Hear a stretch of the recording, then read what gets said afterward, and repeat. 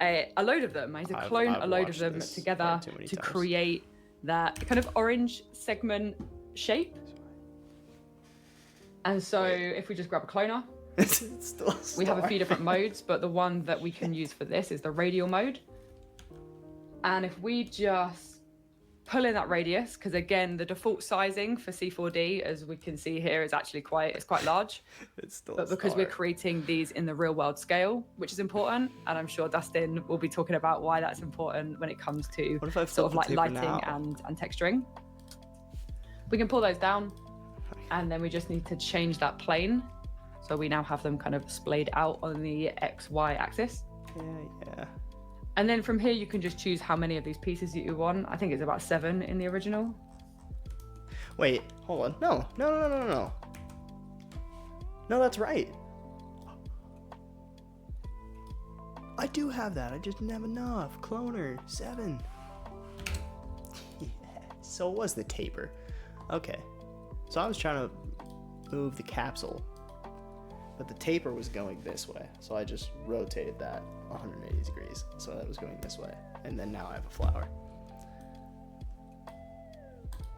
Let's just pull that back. We got there. Yeah, so I think that's 7 pieces. Bam. Maybe 6 or 7. I'm gonna go with 7, just this little gummy here, because why not, Dustin? Because that's the way that we're going with this stream today. I mean, we could do 8 just to round it off evenly. Who knows? Like, we'll figure it out. Would you like me to do 8? No, 7's fine. It definitely looks good. Hold up, what was that? How'd you do that plane? That quick. And then from here, let's just pull that back. Oh, radius instead of 360, 180. Easy. Wait, no, that actually is very annoying.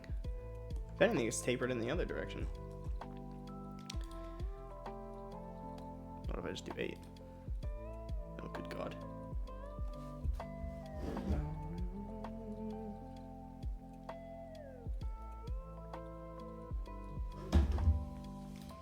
Back. I mean, that's fine. So I think that's 7 pieces. I don't. Maybe 6 or 7. I'm gonna go with 7. Just this little gummy here, because why not, Dustin? I actually agree with it. That's the way that we're going with this stream today. I mean, we could do 8 just to round it off evenly. Who knows? Like, we'll figure it out. Would you like me to do 8? No, 7's fine. It definitely looks good. Cool. And so I just adjusted that angle. So instead of them kind of going 360, going all the way around, we actually just want to have that half piece. So we can just hit 210. And then I can just offset this by minus 90. So it's now just the correct orientation for this creation. God, it looks so much better. So this is kind of what we have. And let's just hide that taper. Why's mine? Can I move? So now all we really want to do is throw it into a volume builder, mesh it, and then remesh it so we don't have this crazy high topology. Right. So let's just grab the volume builder, drop the cloner into the volume builder. And at the moment, it's going to go a little bit crazy. We've just got this really strange looking gray square. And this is because the volume builder's voxel size by default is 10 centimeters, but our object is so tiny that we actually need to make sure we have a small enough voxel size to warrant the size of my little kind of gummy piece. And so I can go to 0.01. Jeez. And so what I will say about this is if you're creating something really big, you won't need to go to a 0.01 scaling. This is only because the object is so tiny. So the object itself is actually like, this is the size. So it's like just 2.7 by 1.6. So I need to make sure my voxel size is small. If I had an object that was like 100 by 200, I'm not going to need to do that. Okay. You'll get warned. You might get a warning. Yeah, you'll definitely get warned, and don't. I would be very careful in proceeding past the warning. You might very easily lock everything up and just have to have to start over. I've been there many times. I think I can tempt fate, and it doesn't work too well. So not only do you get warned by C4D, you've now been warned by Dustin. So yeah, that's 2 warnings. So if you don't listen to them and you choose to do it, then it's on you what happens. Cool, so with that done, I'm just going to throw that into a volume mesher, which now converts my voxels into actual geometry. Wait. your mesh that was literally the next to a step. volume. Happens. You don't listen to them and you choose to do it, then it's on you what happens. Cool, so with that done, I'm just going to throw that into a volume mesher, which now converts my voxels into actual geometry, actual mesh. Throw that in there. Volume mesher. So I have a volume builder that I don't know what it did. Now I have a volume mesher. And so we can see it's now all one single object. But the thing is, it's not Oh. actually looking that great. It's not Okay. looking that smooth. I figured. But we have a lovely, we have a handy little. What does the volume builder do? They didn't explain that. Oh, this is embarrassing. I feel like I should know. I should remember this. This was like 3 months ago. Smoothing filter inside of my volume builder. So I can just throw that in there, throw my SDF smooth, and then we now can see that we have this nice smooth geometry. We can increase our voxel distance if we want it to be smoother, and we can increase our iterations, which is how many times that smoothing filter is then applied. So let's go. I mean, this looks all right to me. This looks pretty good. Did you do 3-2? And so this is that gummy sweep. So we can see here, it's kind of close to that one there. I'm kind of happy that it looks like a little bit different. Maybe we want to go voxel distance again, just so it looks a bit more like a sweet. And again, the lighting and the texturing is going to make this, it's going to sell this. We can add some little like sugar coating on top if we want to in one of the other episodes. How do I fix that again? Wait, hold on. I think I can remember how to do this. No, I definitely remember how to do this. Hold on. Hold the phone. Check this out. Check this little trick out. So here's the object, right? The origin's way over here, and it's very annoying. So what you do is you click enable access. Now you can move the axis without moving the object. What?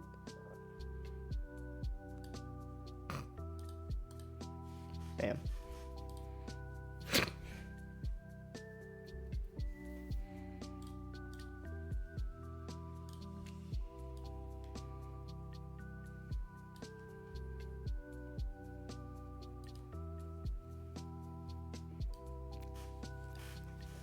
Told you.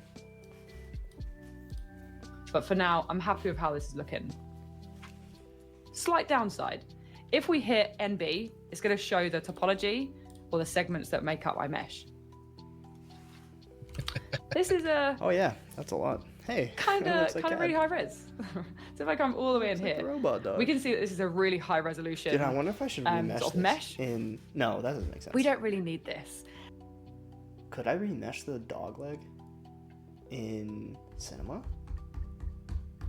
No, surely not. I don't know. But the IK rig, the fact that the material library IK rigs, dude, we might actually have to try the dog leg in Cinema.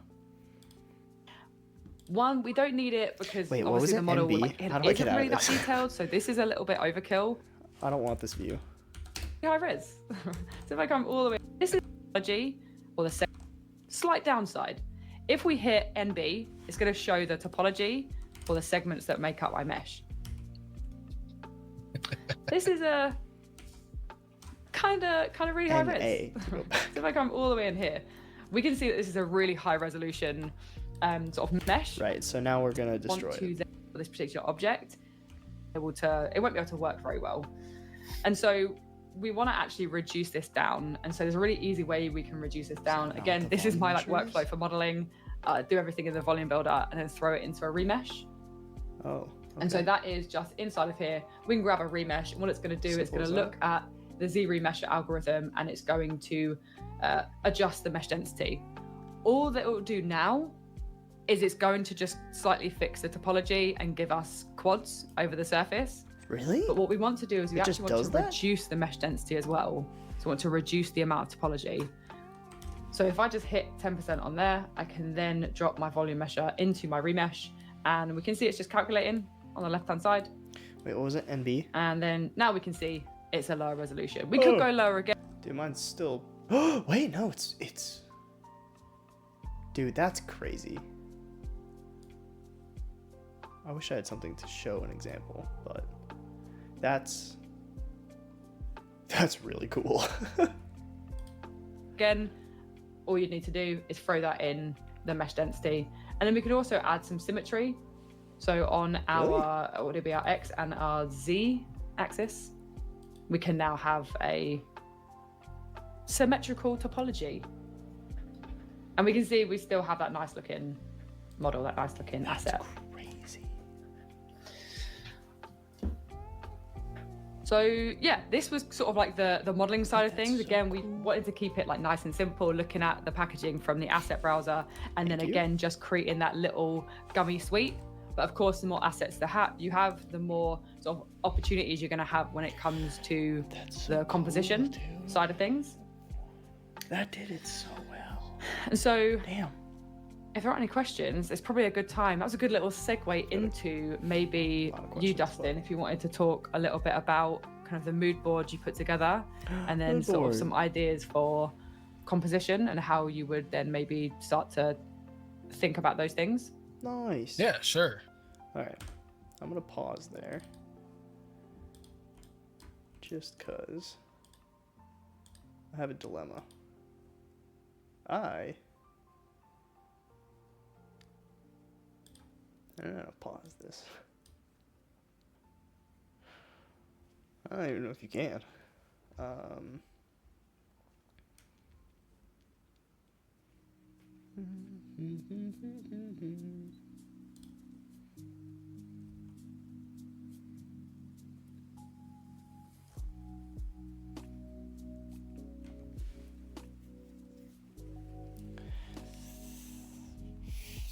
don't think I can.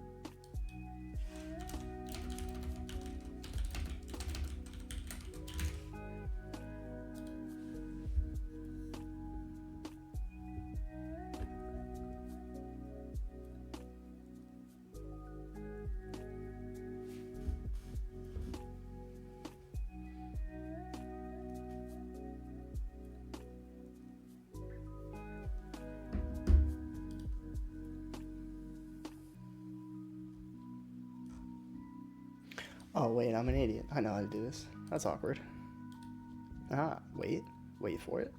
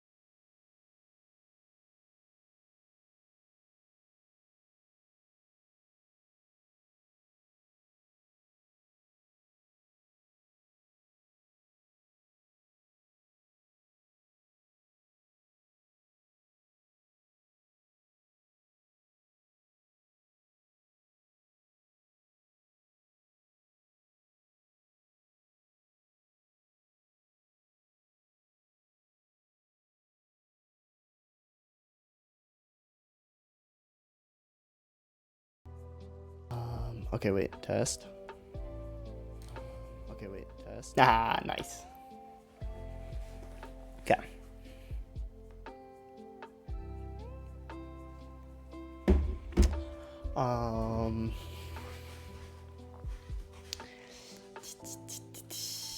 What's the next?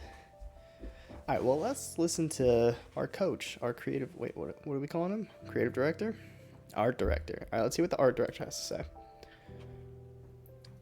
See if we can switch. There we go. Oh, mood All right. boards. So, full disclaimer: I have been like eating a lot better in my life right now, and sitting and looking all of this up has been really rough. So, we're gonna talk about what I like, aside of all the salty goodness and the sweets that are on here, but primarily looking from a point of composition and lighting, and then how we might be able to remix some of that. Because that in these streams we like to change things up and just adjust things differently anyway. So the first thing that I generally look at is the overall composition of a shot. And so what I've found is that if you're looking at potato chips or crisps, as Ellie would say, right, they're a lot different. There's a lot of different compositions that you get in the ads and the marketing material and things like that. As opposed to most of the sweets. And so we actually had a hard time finding some really nice like dynamic stills of candy ads and things like that, because a lot of them are animated, right? And so we know that screenshots don't always look as good as like just a nicely rendered still. And so what we're looking at in some of these is primarily the lighting. Now I can tell right away that a lot of this is just Photoshop. You throw it in quick and it's not really done and rendered in, our 3D space. And that's pretty much because, say the lighting on this Lay's can does not particularly match the lighting of the chips that are flying around in the two bags are just kind of there and out of focus, but also don't match the lighting. So what we're going to do is look to have a little bit more of like a dynamic style of lighting that you might see on something like these chips that are a little bit more backlit and have some really nice variation, to the way that the shadows are playing on each of those. And then we'll also obviously make sure that